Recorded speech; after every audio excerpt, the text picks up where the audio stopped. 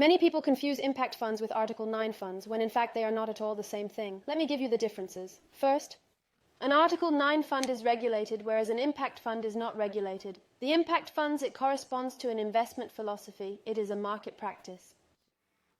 The second difference, an Article 9 fund pursues a sustainable investment objective that is listed in the ASFDR perimeter and therefore defined by the ASFDR.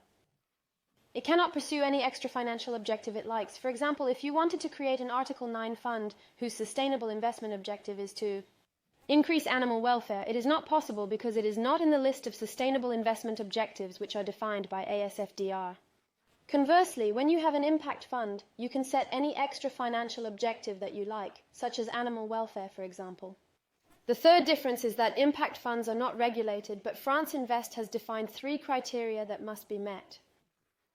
The 3 criteria are the intentionality, the additionality, and the measurability. A new product fund does not need to meet these 3 criteria.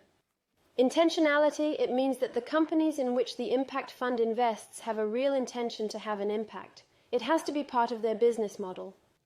For example, it could be an investment in a company that's depolluting. Secondly, additionality. The company must provide a response to an issue that has not yet been resolved. Secondly, the impact fund must help the company achieve this objective. Let's take an example. Let's imagine 2 funds whose sustainable investment objective is, for example, to decarbonize the economy. The impact fund should invest in companies whose business model is to solve the problem of greenhouse gas emissions in order to decarbonize the economy. The Article 9 fund, on the other hand, will be able to invest in any company as long as that company aims as an objective to reduce its greenhouse gas emissions in order to decarbonize the economy, and that is not exactly the same thing as having a business model that aims to provide a solution for decarbonizing the economy. Can you see the difference? Now for a quick question. Is it possible to be an impact fund without being Article 9? So yes, an impact fund is not necessarily an Article 9 fund, simply because the management company that manages the impact fund has not necessarily implemented all of the processes and policies that are required by the SFDR in order to be qualified as an Article 9 fund. And secondly, perhaps the impact fund has a sustainable investment objective that does not fall within the regulatory perimeter defined by the SFDR. The second question is, can an Article 9 fund not be an impact fund? Well, yes, because if an Article 9 fund invests in different companies that don't respect the principles of additionality, measurability, and intentionality,